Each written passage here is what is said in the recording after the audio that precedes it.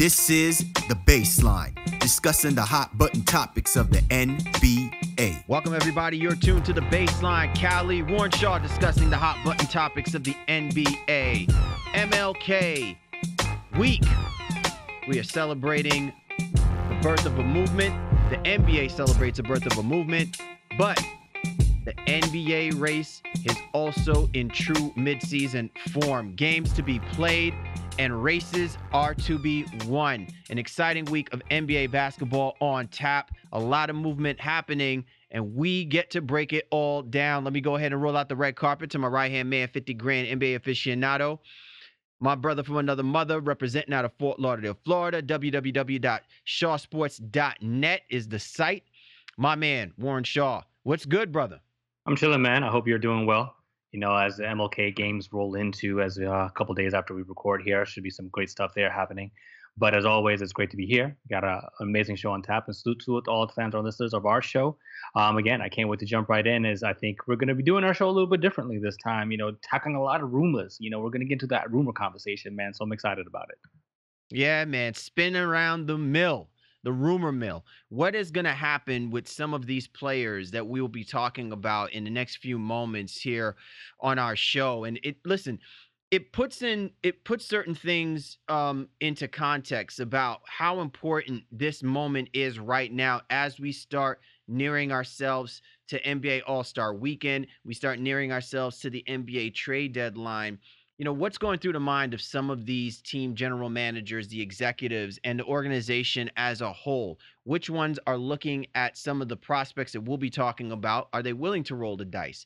And if you are not one of those teams, if you're not a buyer, if you're a team that sells, what's holding you back from moving these guys that might not be a part of your future moving forward? So there's a lot of swirling questions. We're about those rumors. We're not here to be the paparazzis, and we're not here to be the tabloids, but we will put some emphasis on why some of the rumors may hold to fruition. Also, in our segment of The Drop, big topic of conversation, our true mid-season awards. In other words, while other podcasts and other shows wait all the way up until they get to All-Star Weekend so that they can profile and be a part of the glitz and the glamour of making their assessments of who they believe should be the the winners of such prestigious awards, so to speak. We're giving it to you with the real, like exactly at the midway point, as it should be when you say we're giving away mid-season awards or mid-season kudos. So that will be in our segment of The Drop. So great show on tap. We always encourage each and every single one of you to continue to tune in, lock on with us here, the Baseline NBA podcast. Be sure to get at my man Shaw at Shaw Sports NBA, or get at me at GameFace Lee. The show's Twitter handle at NBA Baseline. We're available on all the major platforms. Need not say more about where you can find us. If you don't know, then you need to be listening to our podcast in order to figure that out. But if you are listening to us right now, then that means you've got one of the major platforms to dig in with us. So we're not going to waste any time. You know how we do. You know how we roll. It's time now for the breakdown. Time to break it down. I break you down to the bone gristle. Time now for the breakdown. Cal Lee, Warren Shaw, the Baseline NBA podcast. This week on the breakdown, we are getting into those rumors, those whispers in the background, hush conversations that us NBA, pundits and analysts and the NBA-ites, I like to call them a little bit here. Like, we get into these conversations. We're saying, man, yo, what's going on? Like, when are we going to see this guy get moved? Or is it true that the Cavs might be making a play for this dude? Or is the Bucks seriously considering that guy? The trade rumors. I mean, we hear it time and time again, and it's more than just the players themselves and the impact that it's going to have on them and their future and their career. What we're talking about is the impact that this may have about teams' mind state, about what they see. It's what components are necessary for us to seriously put them in the play of conversation to win games, to win playoff games, to find yourselves in that peak position of competing for an NBA championship. Or like some other teams, well, you know what? We did what we could do. We tried this experiment. It's time to break up the party. And so there's always names that are being thrown out there, but around this particular time frame, Shaw, the true midseason is when we really should start gauging about how some of these players need to be assessed. These organizations should truly be assessed when we're talking about possible rumors and whether or not there's any validity to them. Yeah, what it boils down to is that January 15th becomes that secondary date where players that were signed over the summer can now officially be moved. The NBA has some restrictions. Once you sign a guy over the summer, on December 15th is one, and then January 15th is the latter. So now it seems like all bets are off. Now all hell, the dams can be broken loose, if you will, if trade conversation is really going to take place now, because there aren't any guys who can't be moved as a result of their signings in the summer. So for us, it's a great time to kind of look at some of those rumors. And remember, the trade deadline is a little bit earlier this year, moved all the way up to February 8th before the NBA All-Star weekend. So this is what I think is going to, if there's going to be movement, it's going to be fast and furious. I don't know if it's going to be any marquee guys that are going to get moved, but nevertheless, definitely some players that we all know and recognize that are maybe some, even I think some, in the cases of some, are definitely looking for a new start as well. All right. So I want to go ahead and resurrect some conversation, right? Earlier this year, we heard that there's that rumor about DeAndre Jordan, right? Could he find himself playing with the Cleveland Cavaliers, playing next to the King? All of a sudden, those rumors have somewhat quieted down. Cleveland Cavaliers go on this impressive win streak, and everybody thinks all is well with the Cleveland Cavaliers. But then they hit another snag. And now it's just been completely exposed that this Cleveland Cavaliers team, however it's structured, just doesn't seem right. Now, whether you're looking at this long term or you're looking at this short term, I'm looking at this as if you're a player like DeAndre Jordan and you are with a team like the Los Angeles Clippers, who may really have to start asking themselves this question: is it realistic that with this combination of players and with the on again, off again injuries dealing with Blake Griffin, is this a tangible situation that we continue to maintain a guy like DeAndre Jordan on this team, or should we entertain the idea of possibly moving him? And then if you're the Cleveland Cavaliers, if this is something that you were kind of active in that role doing, and you're the Milwaukee Bucks, a team that is in the thresh of that playoff conversation, why is it that this thing has not happened, has not become stronger as we start nearing ourselves to the midseason point? And should it be resurrected that DeAndre Jordan gets moved? Yeah, I think in the case of the Clippers, it's very precarious for them with DeAndre, simply because what is he worth? And do you know for sure he's going to walk? Or even if not, do you want to end up having to pay him a max deal this summer and be tied into 4 or 5 years for a guy who is, for lack of a better phrase, a glorified rebounder and decent rim protector? His offense hasn't really come around. So yes, he's Blake Griffin's best friend and the whole nine, but that hasn't led you any success with the Clippers. The issue really with this is that LA had started to take obviously a very big downturn at the beginning of the year, after, especially when Blake went down. Now they've kind of somewhat righted the ship again and could get back into that playoff conversation. I don't know if that means anything to them, if that's what they actually want to do in terms of it. But for DeAndre, what does he net you on the open market? For sure, I'm sure they're trying to get a first round pick. He seems to be willing to maybe leave LA from some reports, and that whoever decides that they want him, at the end of the day, he just wants his money. So I don't know if he's even really that concerned about winning or being in the right situation, et cetera, et cetera, et cetera. He's like, hey, if you trade for me, then make sure that you're willing to pay me next summer and lock me up. So I think that's a good thing for a team trying to acquire him. But for the Clippers, it's a little bit precarious. So that brings us to the conversation with Cleveland and Milwaukee. Cleveland obviously having that number one pick they acquired from the Boston Celtics. That would be very enticing for LA Clippers to do that. I think you do that in a heartbeat. Then you take on the $36 million of Tristan Thompson, that you have to swallow up if they're giving you that first round draft pick. But in the case of Milwaukee, it becomes a little bit different because their pick, not necessarily as attractive. And then unless you're trying to get some assets from them. And the earlier rumor was that they were trying to get, I think, Middleton, Henson, or somebody else potentially, or all three guys, and Brogdon in a deal for DeAndre. And that doesn't seem like a deal that Milwaukee would want to make, even with Jabari Parker coming back. So for me, I don't think there's going to be much movement on DeAndre. But for the Cavs, I think they are trying to fill that 5-man position and trying to get a rim protector. And I don't necessarily know that they're willing to do it with DeAndre Jordan, though. Which destination would be the ideal place for you? I'm just curious, Shaw. three, I think it's still Cleveland. Boston, yeah, obviously they can use rim protection, but I think they just have bigger things that they're trying to do. And not to say that DeAndre wouldn't be a good addition. I just feel like they have their eyes set on bigger fish and potentially an Anthony Davis or something like that as well, which is conversation way, way, way, way off. But yeah, I think Cleveland is the right fit for them, simply because he is athletic.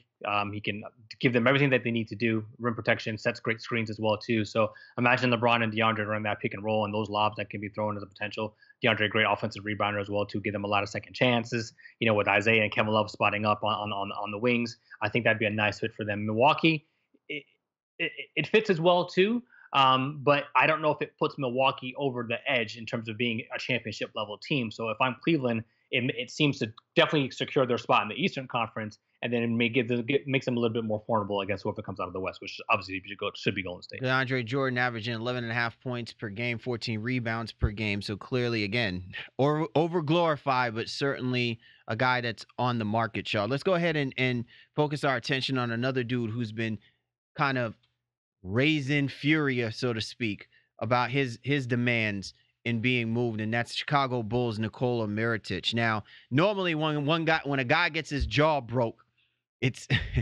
you know what I'm saying? It's usually at the expense that he usually says something that sets off the wrong dude. And he should probably just keep his mouth shut moving forward. My man is speaking very loud and clear since coming back from that altercation with Bobby Portis that his value in this NBA is something that should be accounted for. Averaging 17.3 points per game and close to 7 rebounds per game, Shaw, I think certainly helps that. If you're the Chicago Bulls, and we're not questioning what their future is going to be moving forward. Clearly, it may not be with someone like a Nikola Mirotic on their roster, but if you're someone who is looking at what Nikola Mirotic has done since coming back from that injury, can you foresee his demand even being that much greater? And if you're at a team, how quickly should you be looking to pull the trigger on being aggressive to get this guy from the Chicago Bulls? Mirotic has done a great job in terms of increasing his value after that incident to begin the year. Obviously, he could have, played bad soldier, and things could have gone very, very left. But he's come back. The team actually went on a modest winning streak with him back on the roster in the fold, and a lot of that kind of credit. And I've, been on Twitter very vocal. The Mirotic Bulls have been very good since he's returned from his injury. And again, I think that's bartered him some very goodwill around the league. And I think GMs and other teams like, hey, this is a guy who, despite that situation, has kind of turned it around and is playing some of the best basketball of his career. And again, at 17 points, the guy who can stretch the floor and shoot the 3-ball. That's just what everybody needs in today's NBA. So there's plenty of teams that are lining up for him. The teams that obviously the biggest rumors have had the conversations have been about with Utah Jazz and a potential swap with Derek Favors, which makes it problematic for Chicago in terms of getting another big with Robin Lopez already in the fold. But the Detroit Pistons are also interested, and the Portland Trailblazers are interested as well too. I think Portland makes a lot of sense for how they may want to play, and then to have some spacing around Lillard and McCollum as well. But it does seem like he reportedly has a lot of interest in Utah himself, and he does have a no trade clause. So he's going to have to approve any deal that gets done. And I think if there's one, you have to say the Utah Jazz are the leaders right now based on the rumors that we've heard. But I would like him a little bit better in Portland than Detroit or Utah.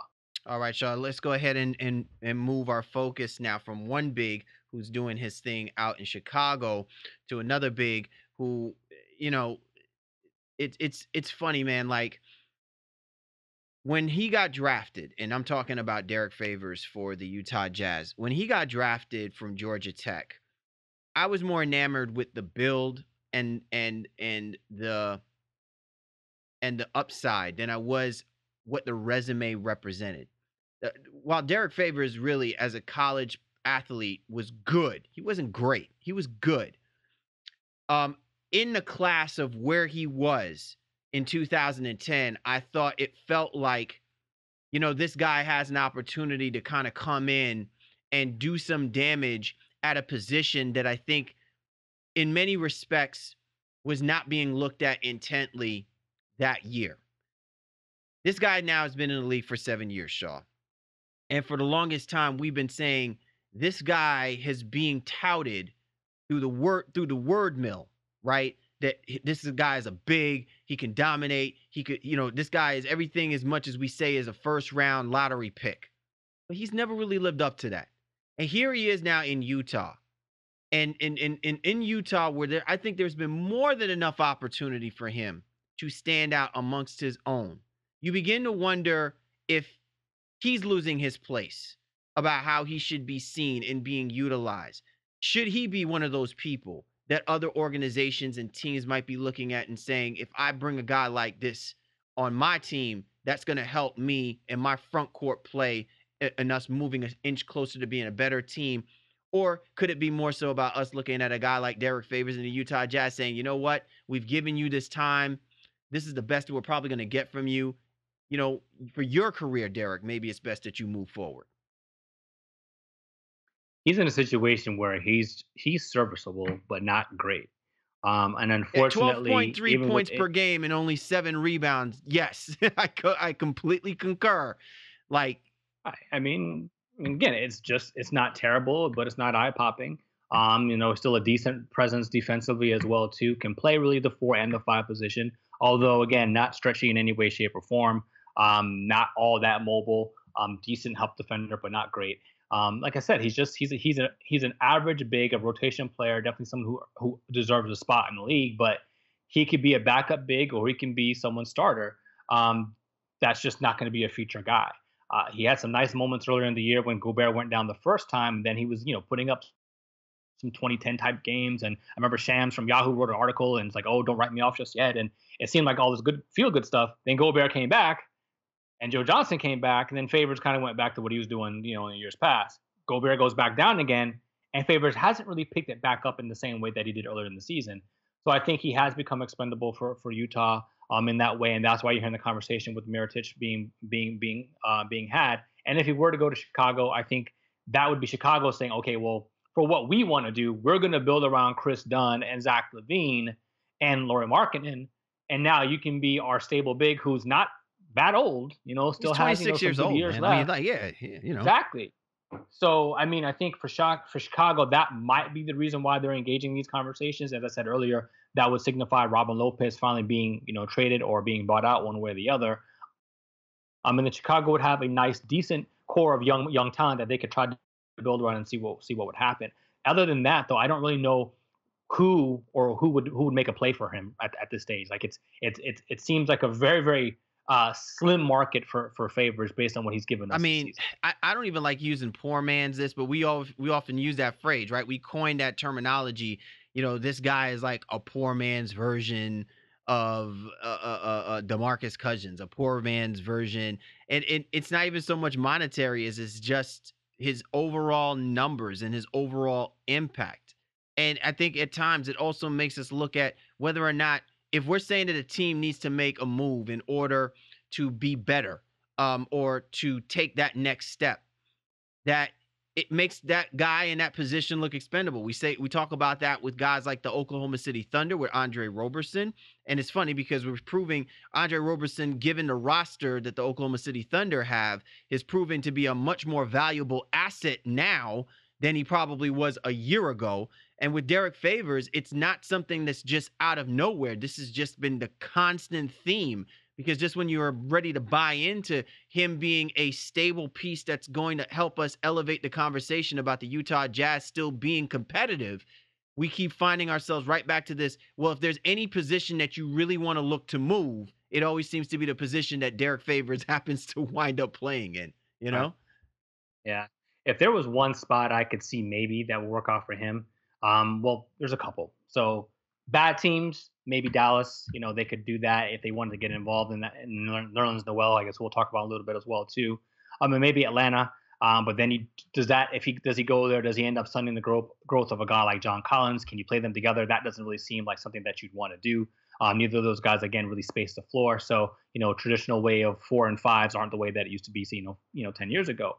But a good team that could potentially use him in a backup role is obviously Washington. I think they are desperate for a backup big.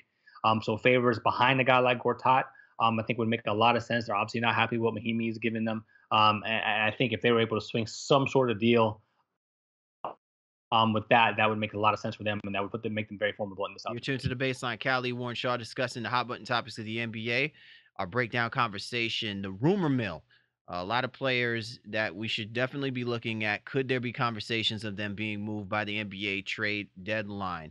You brought up Nerlens Noel, Shaw, so let's go ahead and discuss Nerlens Noel and the situation that he sits in right now with the Dallas Mavericks. The doghouse. Yeah, I mean, my man, I mean, forget the dog house, like in the dog shelter right now. My man is like almost nowhere to be found. And it's hard to imagine that a lottery pick talent like Nerlens Noel is actually not even in breath. You know what I'm saying? Someone that should be looked at where he's not even an important component to the Dallas Mavericks' future. It's hard to imagine that. I mean, we're not even halfway through the season. And in the offseason, right, this past offseason, we were talking about what kind of importance this was for Nerlens Noel to do what he has to do and do it right.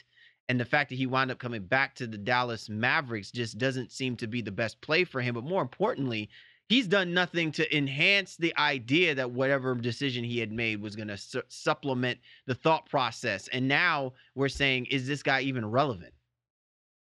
Yeah, a guy who bet on himself and, for the first time in a little while, bet wrong. It's just not working out for him. So here's what I envision happening for Nerlens. There's rumors, one, with the Cleveland Cavaliers, he in a deal with Wesley Matthews for Tristan Thompson and maybe some supplemental parts. They're not giving up a first-round pick for Nerlens Noel, so Dallas can get that out of their head one way or the other. Or there's a potential move to the Lakers in a swap, in essence, for Julius Randle, who Randle is no longer going to be a part of the Lakers' future moving forward as they try to make big moves in the summer. And then they would have an opportunity to look at him, and then get rid of him over the summer if necessary.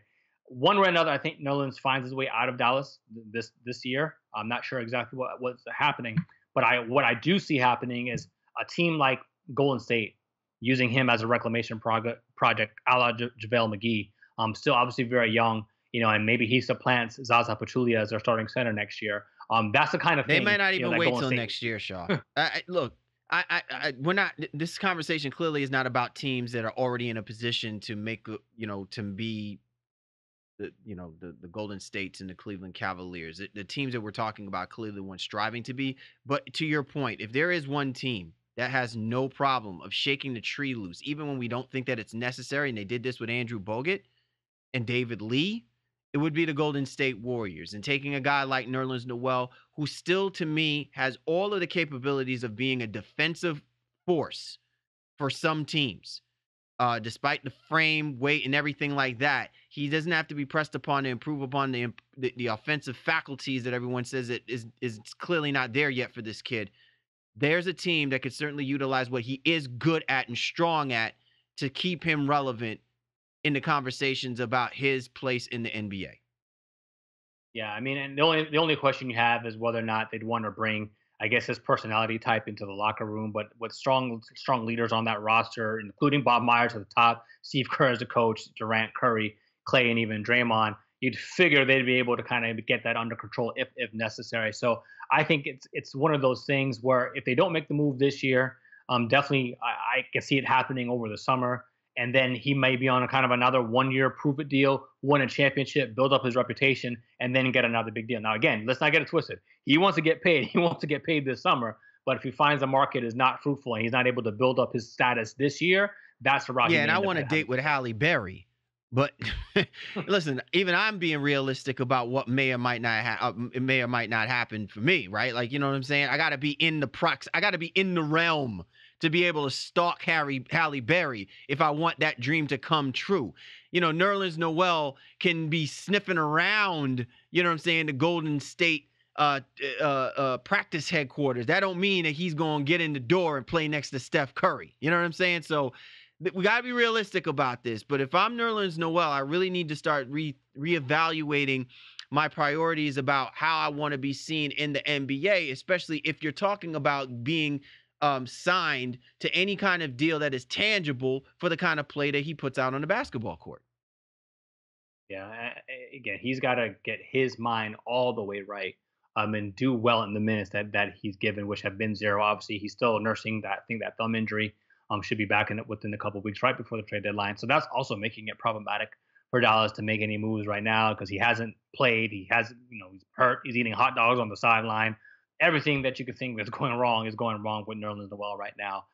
But again, still very young and could potentially have a very good career ahead of him in the All right right, y'all. situation. Let's go ahead and round out this conversation with a team that has quite a few players that we think, if they, as far as them being in the rumor mill, as far as being in the trade talks, they got some assets, and clearly they should be sellers. As a matter of fact, forget selling; they should be auctioning these players right now. Tyreke Evans, Marc Gasol, Ben McLemore. We're talking about the Memphis Grizzlies. Look, this has got nothing to do with what happened to this team with David Fizdale. We kind of saw the writing on the wall with this team just simply by looking at the way that they've played. And at some point, you are going to have to ask yourselves the question, can you keep the roster that you have and be able to maintain whatever level of success you, and clearly they can't. And the contracts that were given to some of these players certainly it's already put them in that hole. So they've got to purge this some way, somehow. But in the meantime, you can still purge it by making, really sound moves.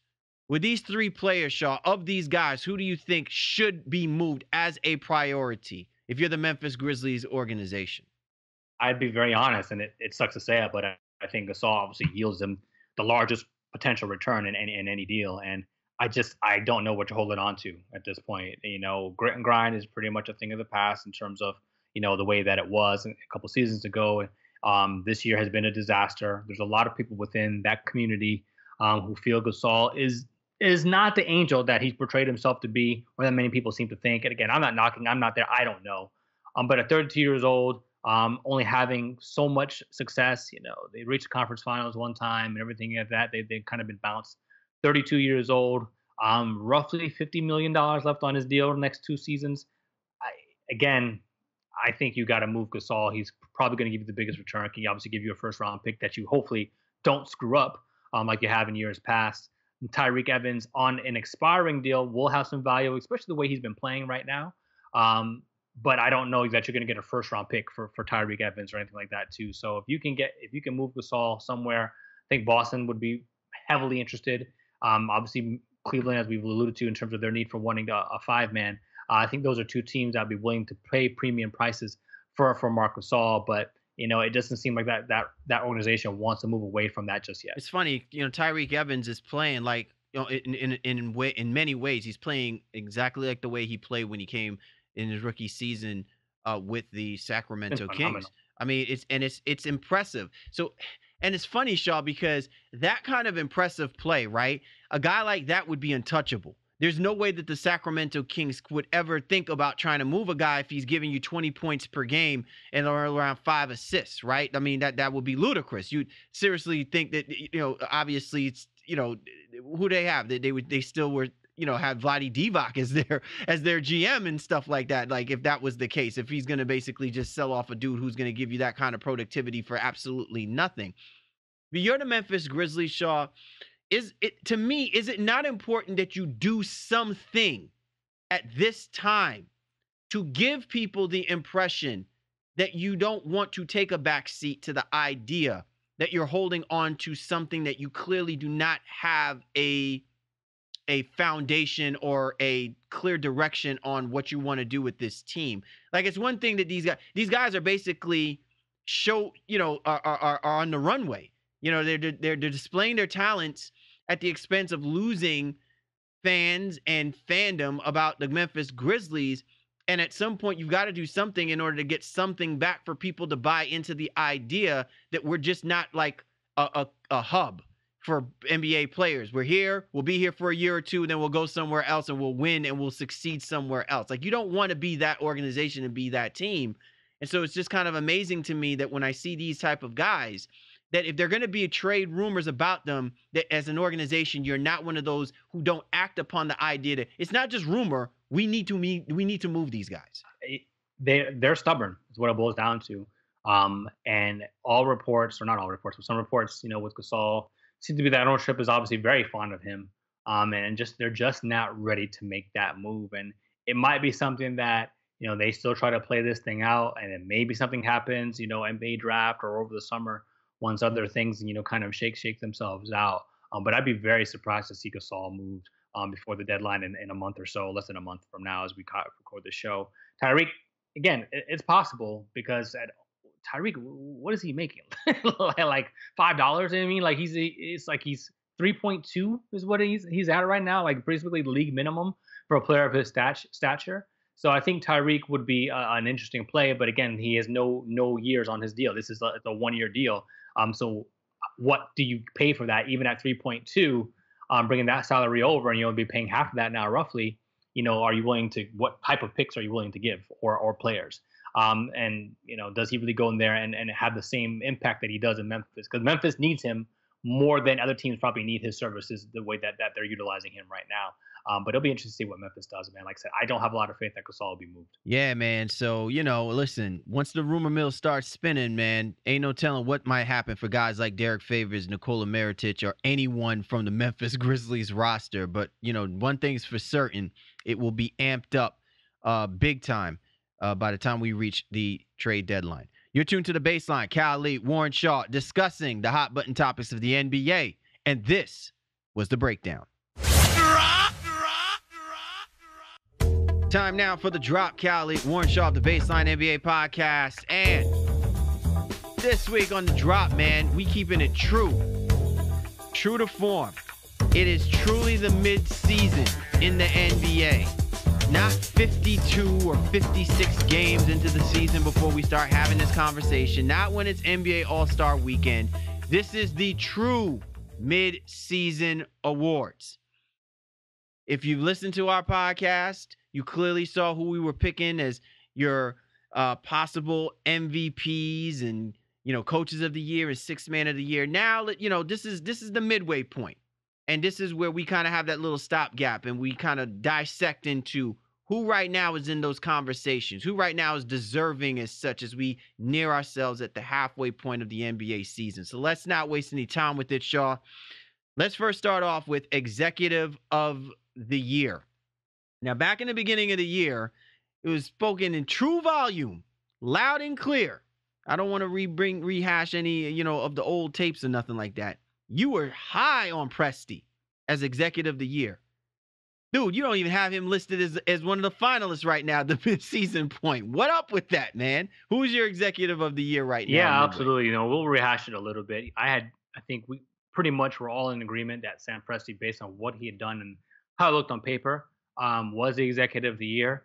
And I think, to your credit, you had brought up Tom Thibodeau, as a potential person to be at least be considered, depending on what Minnesota was able to do. Right now, if we did a recount, if you will, I would probably hand over my vote to Danny Ainge, understanding that, hey, he turned that roster over in a major way, and somehow, some way, they're still atop of the Eastern Conference. Kyrie Irving is playing great basketball. Jason Tatum has been one of the more impactful rookies this side of Ben Simmons, if you will, and is playing meaningful minutes for them. So for me, Danny Ainge would get that nod with Tom Thibodeau right behind him. Daryl Morey, Bob Myers also getting consideration. But for me, it'd be Danny Ainge. What about you? I'm not even going to argue with you, Shaw. Danny Ainge. Okay, let's really quick. You highlighted the most important points with reference to Danny Ainge. Number one, holding the draft pick and then getting Jason Tatum, who, but to me, in my opinion, right now, outside of Kyle Kuzma and Donovan Mitchell, has proven to be everything that the Boston Celtics and then some for this roster and this team. And it's been highlighted by the fact that their premier free agency signing prior to the move getting Kyrie Irving, Jason Tatum is doing what I don't think anyone was expecting him to do once Gordon Hayward went down.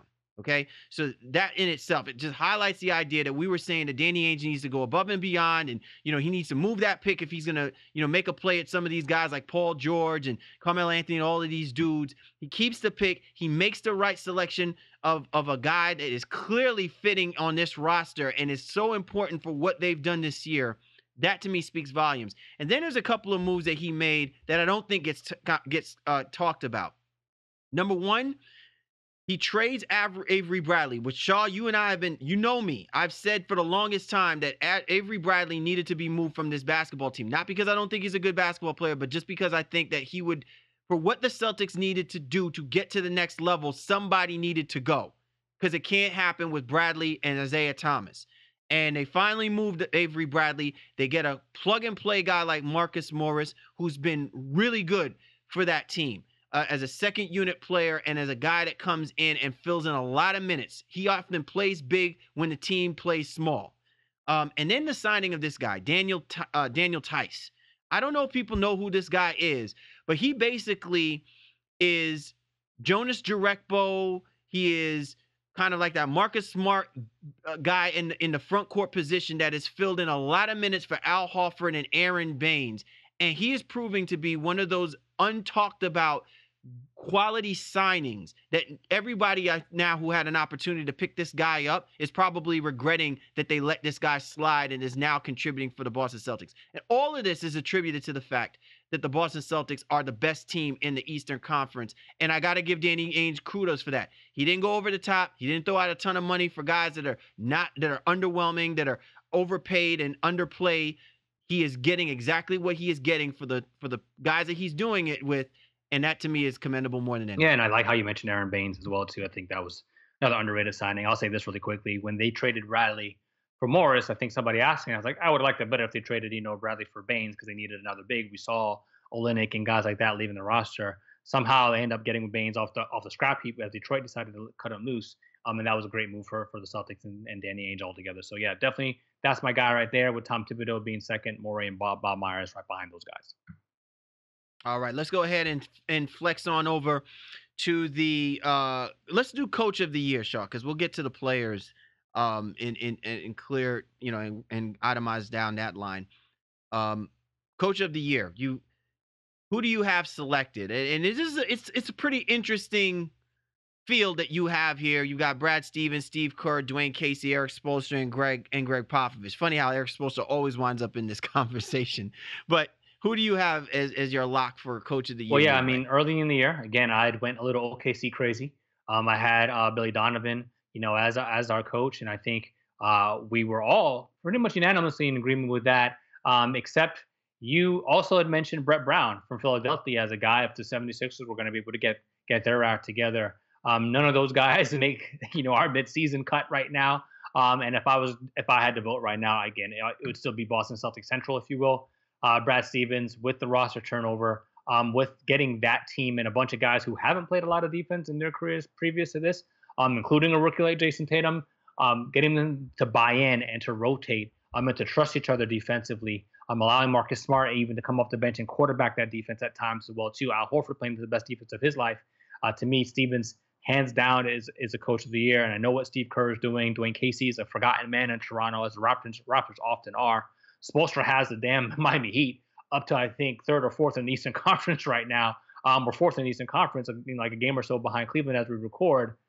It's just crazy. And Popovich, what he's done with the Spurs without having Kawhi much of the year, again, still right there in the West. But again, my nod's going to go to Stevens simply because, again, no team has had as much roster turnover and can be as good as what he's done with the Boston Celtics.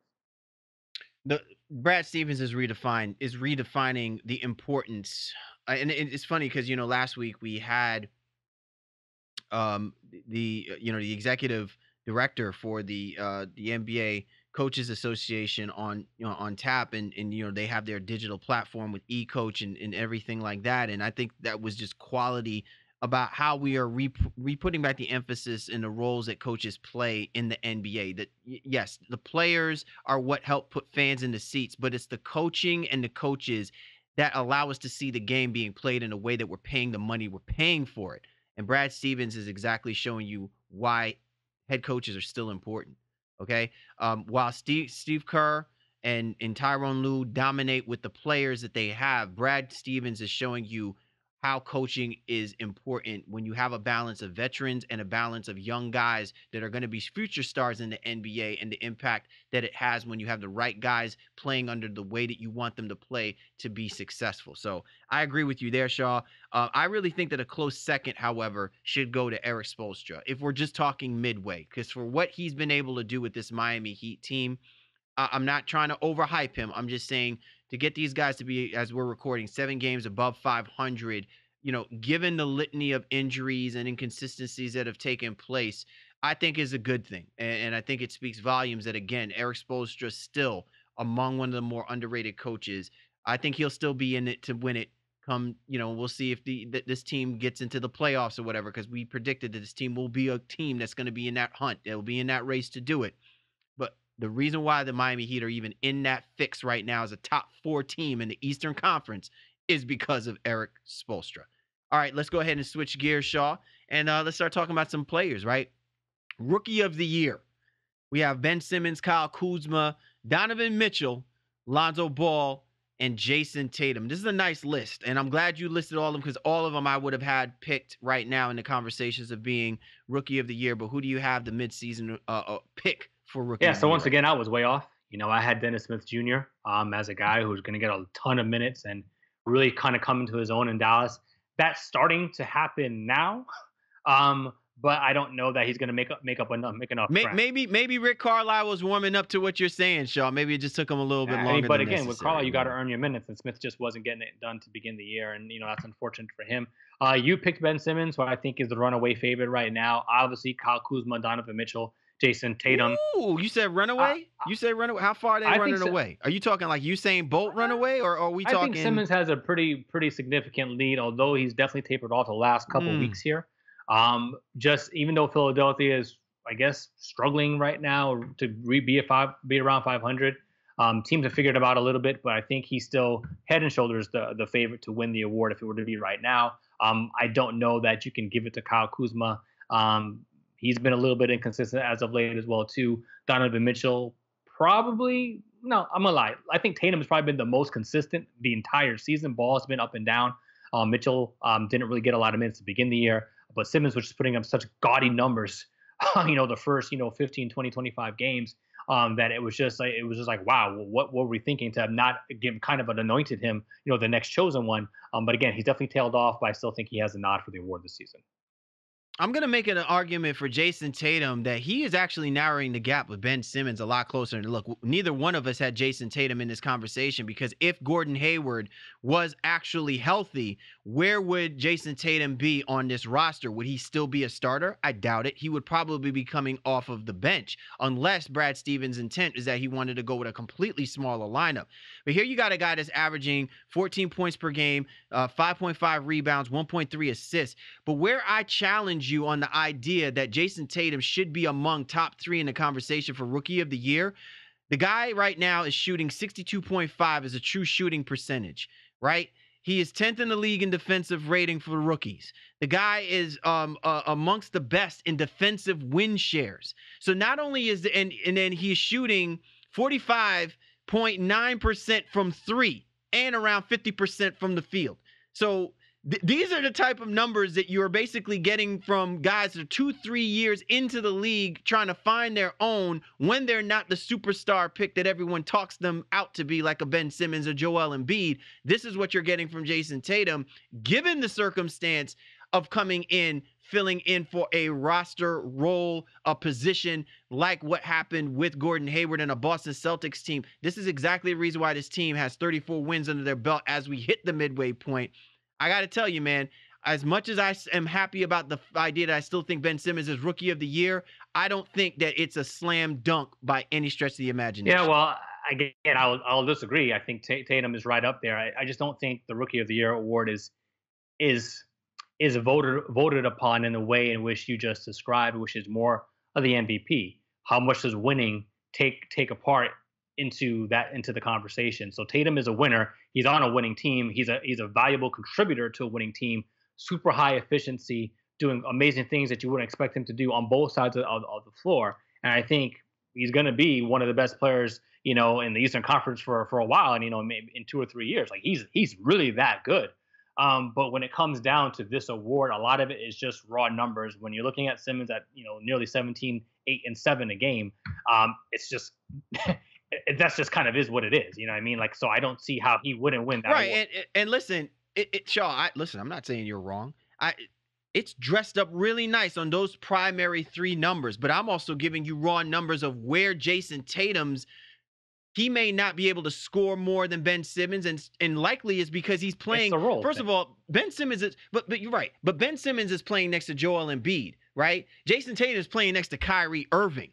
You know what I'm saying? I'm thinking about that, and I'm saying to myself, he is still, when he's getting his touches and getting his looks, he's still giving you 50% from the field. He's still giving you close to 46% from 3.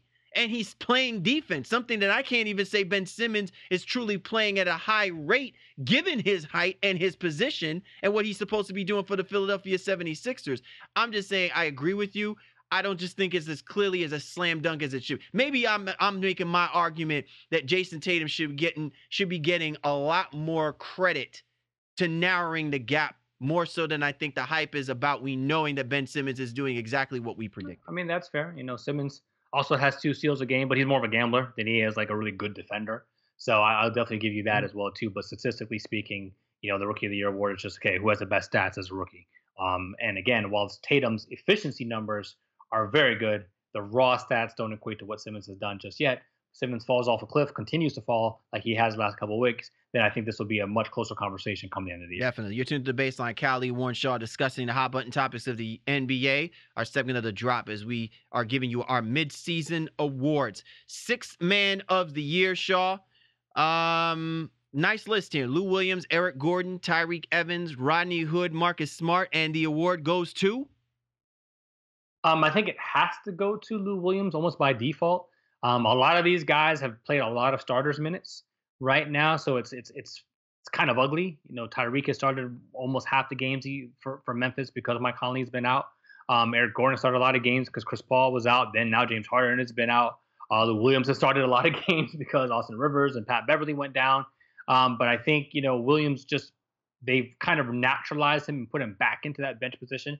Especially with Milos now back, so starting and being the point guard there. I think Lou Williams, it's his award. Although I really like what Marcus Smart is doing, almost in the same mode that you just mentioned with Jason Tatum, in terms of, again, it's not even the raw numbers, it's his plus minus, it's what he's doing, it's his actual impact that he's having. But as we talked with Kelly Scarlett to begin the year, the 6th man of the year award usually goes to, okay, who's the best bench scorer? And right now, that'd be Lou Williams.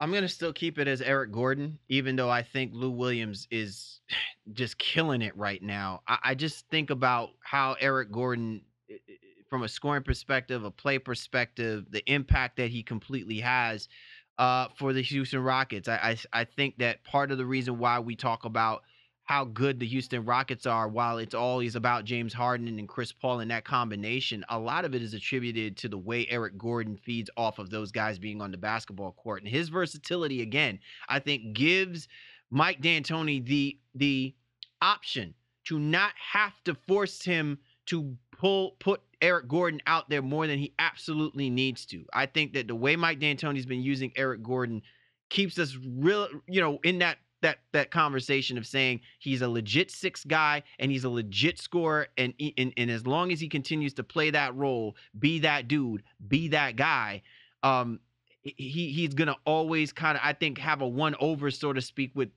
Lou Williams at times. But I agree with you. I think Lou Williams, though, clearly, in the circumstances of the situation, has certainly put himself right in that conversation. Yeah, the only reason, looking at it, Gordon has started 22 of the 39 games that Houston's been a part of, that he's been available, where Lou Williams has started 11 of the 41 for the Clippers. So I guess in true 6-man fashion, Lou Williams addition by does subtraction that. is how you're looking at it, right? Yeah, and then the fact that he's still averaging 23 points a game right now to Gordon's 19. So, like I said, you can't go wrong with either. The fact that they were both on the same team last year is pretty absurd. But nevertheless, I think this was going to make Lou Williams also a very, very valuable trade piece if the Clippers were willing to do that as well. All right, let's go ahead and talk about the most improved player. We've got Kristaps Porzingis, Victor Oladipo, Jaylen Brown, Aaron Gordon. I'm surprised you still have Aaron Gordon's name in there. I don't know if it was just kind of a throw in to throw in, but who are you liking for your most improved?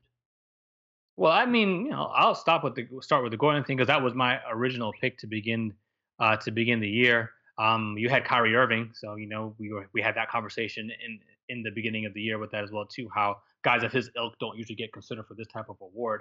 And with Gordon, I think he's been injured and banged up some, but he's obviously playing the best basketball of his career. But if I were given the award right now, I don't know how in the hell it wouldn't go to Victor Oladipo.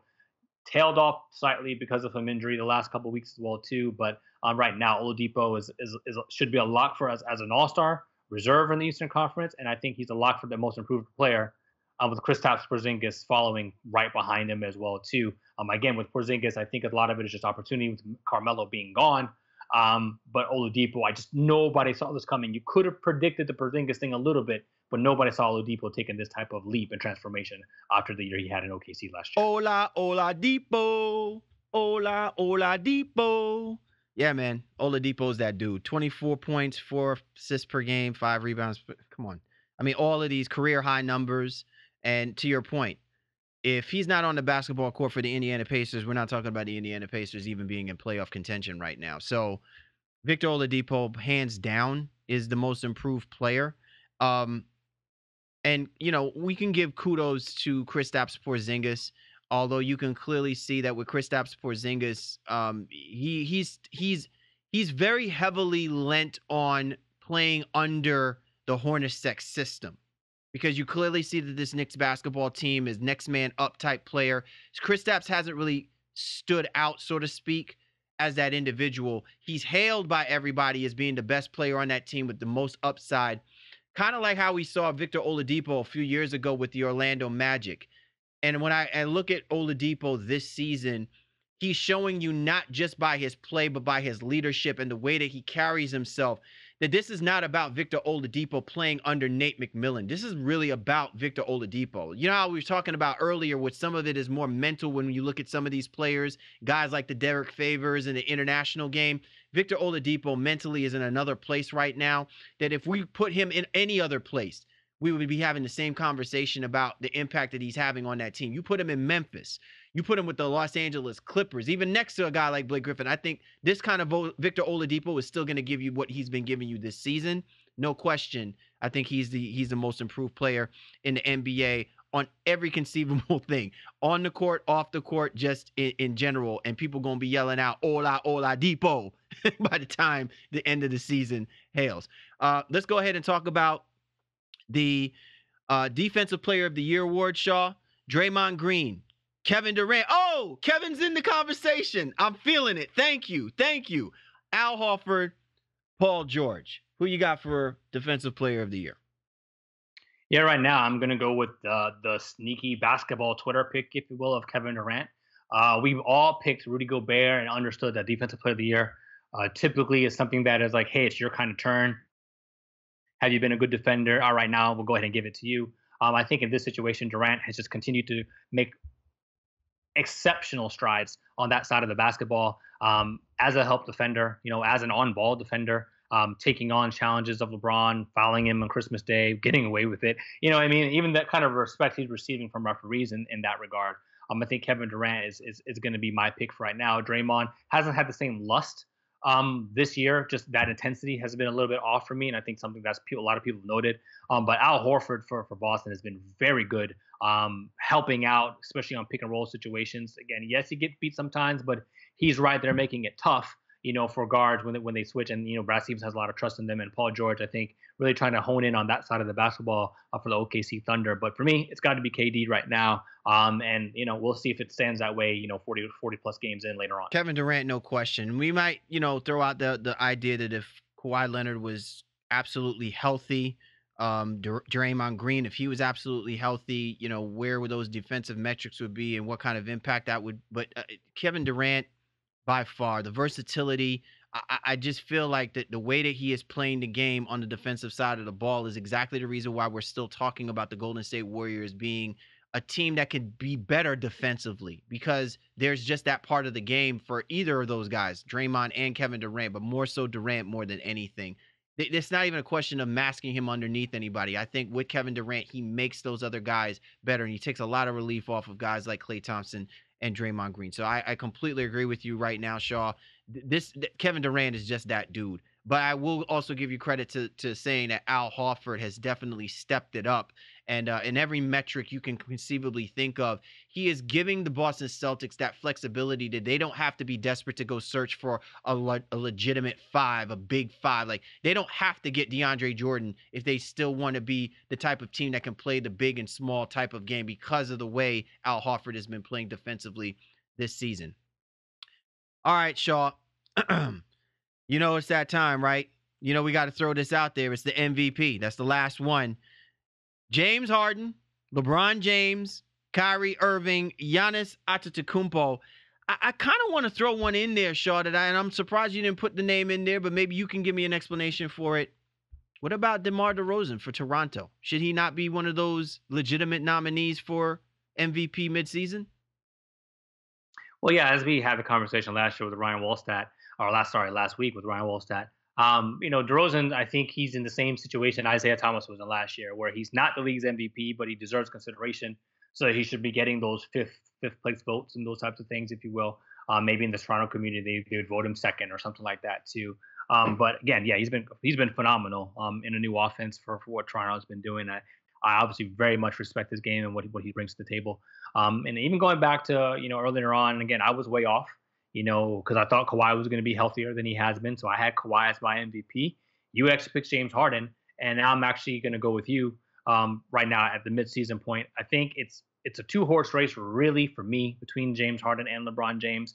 You can make the argument because Cleveland has been having that slippage, if you will, but LeBron has been just super efficient, just amazing on both sides of the basketball floor, adding the three-point shot consistency to his game. But again, what James Harden's been able to do with that Rockets team, just putting up stupid numbers again offensively with the help of Chris Paul on this roster, with Eric Gordon there as well too, taking shots. Harden hasn't missed a beat, and I think for me it's probably James Harden's turn to finally capture that award, assuming he can come back and be healthy and finish the season the strongest. Yeah, hopefully James Harden doesn't lose significant time where we have to question whether or not he's in the running to be MVP. But look, man. Again, shooting at a career high free throw percentage. He's averaging close to 10 assists per game. He's shooting around 40% from three. The dude is just all amazing right now. And, it's the reverse effect. Like, we often talk about how when you start coupling other superstar or maybe 1A, 1B type players like Kevin Love being coupled up with with LeBron James, how would that impact LeBron James's numbers when we talk about it from an MVP metrics perspective? When you couple a Carmelo Anthony and Paul George next to a Russell Westbrook, how that may impact his numbers. You put a guy like Chris Paul, right, who we thought Chris Paul would enhance Blake Griffin's ability to be an MVP. You put a guy like Chris Paul, we thought that the numbers would impact James Harden in diminishing him being in the conversation to be an MVP. And I think it's only enhanced the conversation about him being the MVP because he is still giving you those numbers, the MVP-like numbers, and playing next to a marquee player like Chris Paul. So all of that, I think, is added to the advantage for James Harden to be the MVP at the midseason point. And I think that if he continues on this path, we will be talking about James Harden being the MVP of the league. Finally, and I know our girl Benny Bonsu is saying finally already, if that were to be the case. Yeah, man. Again, you laid it out perfectly, and I hope Harden the Beard continues to play great basketball. Again, I'll say this one last time. I thought he deserved it. Was it 3 seasons ago now when Curry got it? I really just felt like he had done more at that stage and did more for a team and was more impactful.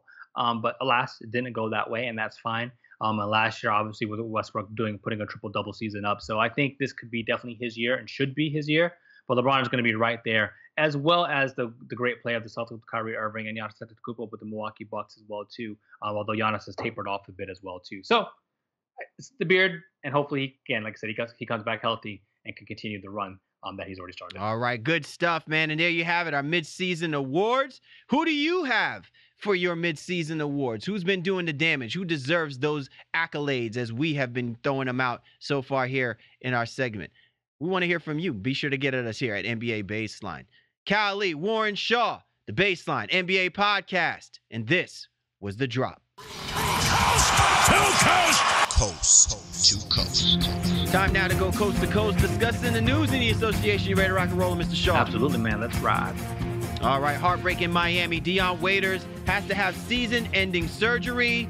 How will this impact the Heat? I mean, they'll be fine. They've been playing without him for the majority of the season, and just you hope for Dion that he gets back soon. Wish he would have had the surgery a little bit earlier. He's been delaying it for, I guess, over a year now, saying that he just could hope with wrestling to recover. That's not the case. Got a second opinion, didn't work out for him. So, hope Dion is back on the court next year. I'm ready to rock, man. All right, out in Chicago, a welcome face, Zach LaVine, the two-time NBA Slam Dunk champion. He finally returns. And out in New York, Timmy Hardaway Jr., some significant names coming back, man. Are we going to see whose play is going to impact whose team the best? Well, I think when you look at it from the Knicks standpoint, they're a team on the cusp or right there in the playoff hunt. So Hardaway Jr. comes back and gives them, a nice push in their starter and that starting rotation that they need, outside shooter, and doing a little bit of rebounding as well. But I think LaVine, for the Bulls, you'll finally get to see what they are trying to build and how they're going to be maybe for the future. So both players' returns are very, very important for their respective rosters. Hardaway Jr. only because the Knicks are in the playoff race. All right, out in Charlotte, Steve Clifford, he's planning to return to coaching. Not to the best circumstances, but I'm sure it's definitely welcome for the for the Hornets fan base that their head coach is back out there on the sideline. Yeah, man, he just had some personal stuff going on, and I think it was related to like not getting enough sleep and stress and things of that nature. So glad to see he'll be back. I'd be stressing too if this team has been playing the way that they've Absolutely. been playing. They're not quite where they want to be. But I mean, if there's any good news, for the organization, it's good to have their head honcho back on the sidelines, and hopefully he can right the ship a little bit. All right, and finally, Shaw, with all of the hype that's been going on with LeVar Ball, with Lonzo Ball, Luke Walton, and the Buss family having to give that quote-unquote tweet of confidence, is Luke Walton's job in jeopardy? Yeah, apparently, according to some reports, I believe it was Mark Stein who said, David Fizdale would be a prime candidate for Walton's job, that Pelinka and Magic are not tied to Luke Walton in any way, shape, or form. And if the opportunity to make a change were to come about, that they would definitely consider doing it. So, again, I think where there's smoke, there's fire. And if I'm Luke Walton, I definitely be looking over my shoulder because it's like an organization. They got a little history of being shady when they need to be. So, look, be careful out there, Luke. Good luck to you, man. But hopefully he'll be there for the rest of the season. All right. All good stuff, man. And listen, that's what we do. We got to follow the trends where they move, right? So we're right back to La La Land. We go with with all of the TMZ and sports hype sports talk that's been going on out there. 100. Awesome show altogether, man. So much stuff that we covered, man. Excellent show. Yeah, man. I thank you as always for helping us get through it, navigating it the way that you do. Great conversation. I love, talk about rumors and trade possibilities and things of that nature. It also was fun to revisit, some of our picks early season, for the awards race and see how wrong I actually was and how you were actually, not too far off on some, at least, if the masses would agree with us right now where we stand. So great show, man. Can't wait to do it again next week. Yeah, man, I got to be right sometimes, man, or else I really can't be your co-host anymore. It would just be so one-sided.